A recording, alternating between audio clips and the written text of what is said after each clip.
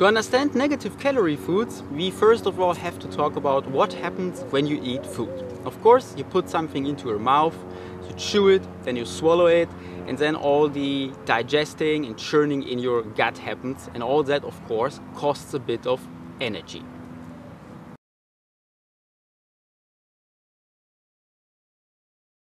But these days you'll find whole lists of foods on the internet called negative calorie foods. And the idea behind these foods is that the whole process of doing all this burns more calories than you get from eating them. And some examples for them are apples, broccoli, strawberries, tomatoes, and many more, with the most common example being celery. These stalks, most of you probably know, that are really hard to chew, contain a lot of fiber, and therefore take your body some time to digest. Now, a 2.2 ounce stalk of celery contains about 9 cal. And the negative calorie food fans say, because of all the chewing and digesting and all that work that takes your body, you will burn more than those 9 cals. But there is something very simple that they don't take into account. When the amount of calories in the food were calculated, all the calories burned from chewing and digesting were put into this final number. They already were subtracted to arrive at the 9 cals, for example, for the calorie. So what they try to do is a double negative.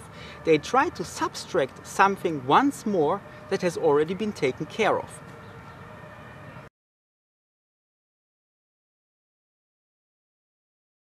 Now, of course, some people say, I started eating those negative calorie foods and I lost weight.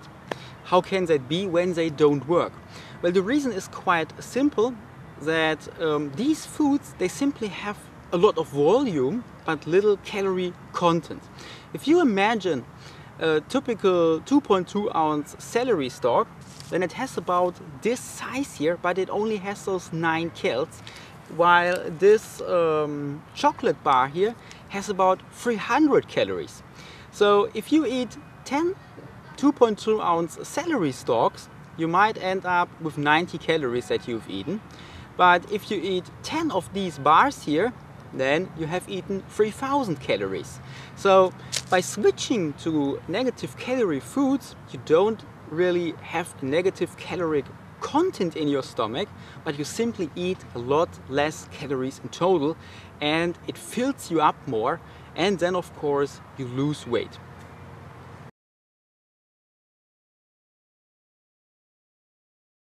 So there is nothing wrong with eating foods on those lists, because mostly there are fruits and vegetables, and those are by themselves healthy for you, but they will also indeed help you lose weight because they contain a lot less calories than what you had before. You should just be realistic about the reason what happens here, and that there is no negative caloric content in your stomach.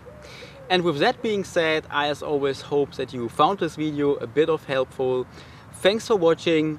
Until next time, bye bye.